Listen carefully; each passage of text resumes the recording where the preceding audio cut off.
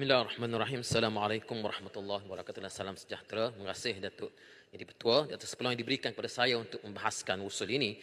Pertamanya saya nak memulakan dengan ucapan takziah kepada mangsa tanah runtuh di Selangor dan banjir di Kelantan, khususnya yang maut sebentar tadi, dan saya juga tadi dah cakap dengan Perdana Menteri minta Perdana Yang Amat Berhormat Tambun dapat selepas usul ini diluluskan, Yang Amat Tambun dapat pergi ke Pasir Mas, ke Rantau Panjang, ke Tumpak sekali lagi. Terima kasih kepada Yang Amat Berhormat Datuk Seri Timbalan Perdana Menteri yang turun ke Kelantan pada minggu lepas. Tetapi kali ini banjir yang berlaku agak luar biasa.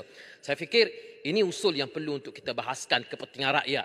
Usul percaya ini satu perkara yang tidak perlu untuk kita bahaskan di sini pun, kerana dalam sejarah tanah air kita sendiri, usul percaya dibawa ke Dewan ini apabila Perdana Menteri mengambil alih kerajaan di Pertengah Penggal. Berlaku pada tahun 1976. Ketika itu Allahyarham Tun Hussein On mengambil alih kerajaan selepas 12 hari kematian Allahyarham Tun Razak. Usul percaya dibawa ke Dewan. Begitu juga ketika Tun Abdullah Ahmad Badawi tahun 2003 mengambil alih kerajaan daripada Tun Dr. Mahathir pada masa itu, juga usul percaya dibawa ke dalam Dewan. Jadi usul percaya dibawa ke dalam Dewan apabila kerajaan beralih di Pertengahan Penggal, kalaupun ia perlu dibawa. Jadi pada kali ini saya fikir ia tidak perlu dibawa kerana ia lebih bersifat kepada akademik. Namun kerajaan telah membuat keputusannya untuk membawa. Yang Amat Berhormat Ketua Majlis buat keputusan untuk nak bawa usul ini. Jadi apabila dah dibentang, kami mengambil peluang ini untuk berbahas, dan dalam masa yang sama saya ingin menyebut bahawa saya mengambil peluang ini untuk mengucapkan tahniah kepada seluruh pengundi-pengundi, terutamanya anak muda dalam PRU 15 yang lepas, yang kebanyakannya telah memberikan undi kepada Perikatan Nasional.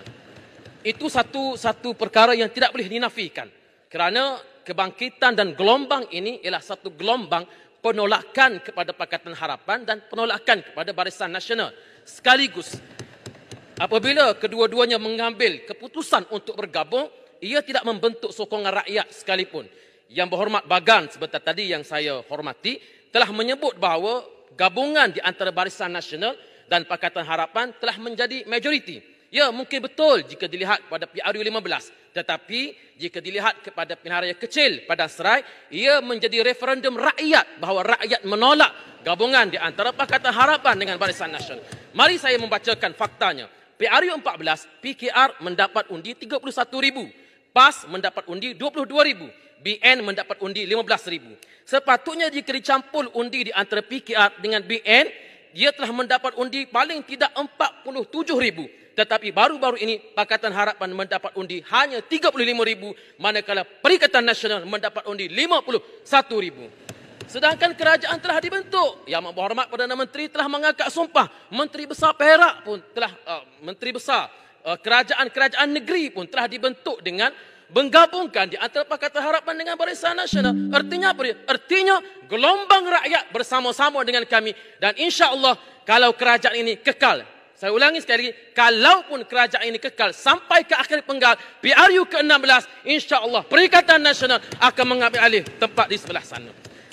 Menunjuk kepada petunjuk-petunjuk angka berkenaan dengan feel good factor kerajaan, termasuklah kepada sini. Minta maaf, aja sedikit saja. Masa diberikan sedikit. Baik.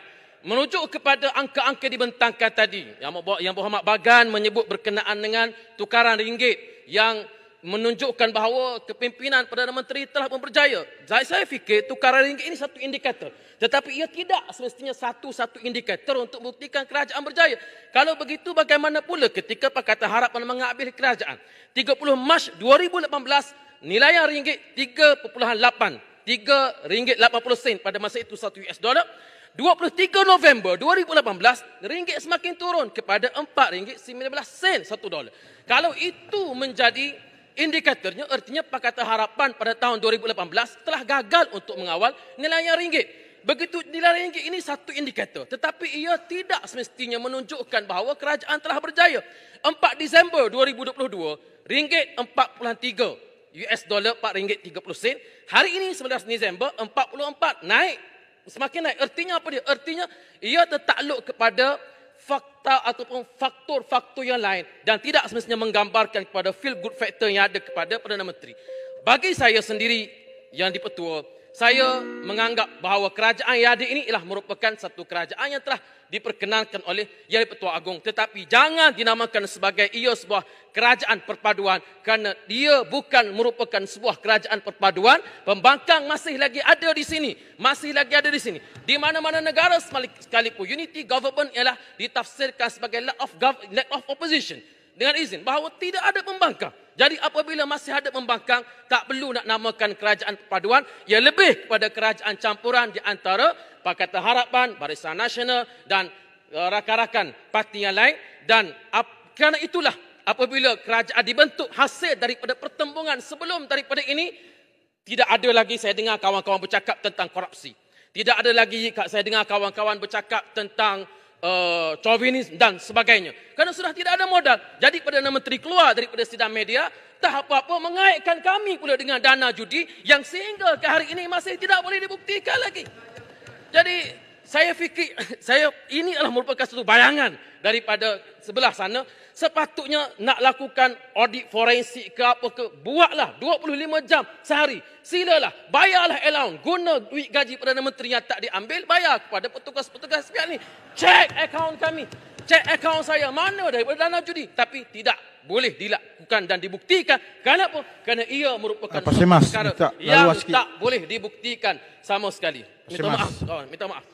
Kerana itulah bagi saya sampai masanya untuk kita, saya fikir kita mengemudi negara ini dengan mengenepikan perkara-perkara yang boleh menimbulkan kekeruhan. InsyaAllah, saya yakin kalau Perdana Menteri lebih bersifat kepada seorang Perdana Menteri kepada seluruh Malaysia, saya yakin iklim politik kita boleh untuk direndahkan suhunya, dan saya fikir bahawa sampai masanya kita kena mengemudi kerajaan ini dengan lebih baik. Kepada rakan-rakan di sebelah Barisan Nasional, saya yakin dan saya menyuruh bertindaklah mengikut gerak dan hati masing-masing.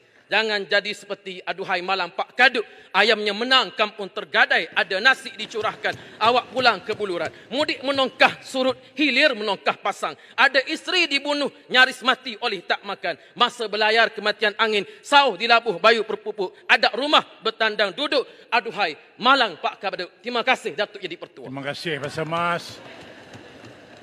Saya jemput Pandan. Assalamualaikum.